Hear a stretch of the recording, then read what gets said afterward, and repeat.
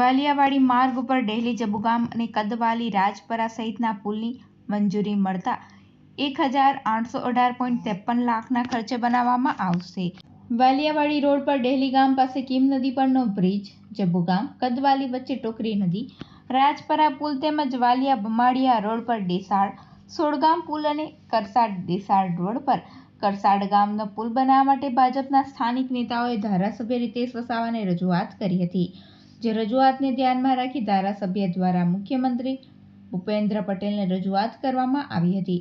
જે રજૂઆતને પગલે સરકાર દ્વારા 1,818.53 લાખના ખર્ચે ગ્રાન્ટ મંજૂર કરવામાં આવી છે. ત્યારે આ કામોનું ટેન્ડરિંગ પણ થઈ ગયું છે.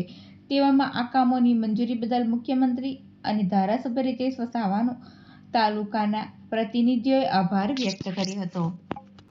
અલ્પેશ વસાવા, જિલ્લા પંચાયત સદસ્ય. ઘણા વર્ષોથી આ પુલની સમસ્યા વાલિયાથી વાડી જોડતા રસ્તા પર હતી.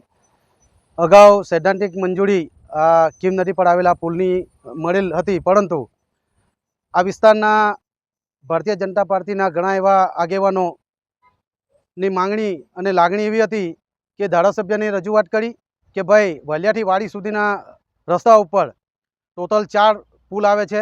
એમાં એક કીમ નદી પર ડેલી પાસે, ટોકરી નદી પર જબુગામ અને બરફડિયા વચ્ચે, રાજપરા ખરેડી નદી પર અને ભાગા નદી પર રાજપરા, એમ કુલ 4 બ્રિજ આવતા હોય.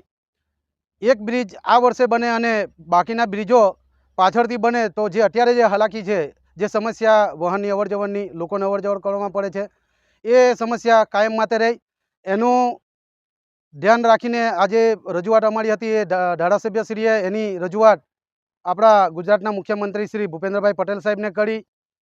ધારાસભ્યશ્રીની આ જે જરૂરી જે કામ હતું એ કામની વાત અને એ બાબત ધ્યાનમાં રાખી ગુજરાતના મુખ્યમંત્રીશ્રીએ વાડીથી વાલિયા સુધીના રસ્તા પર આવતા આ 4 બ્રિજની મંજૂરી આપી છે.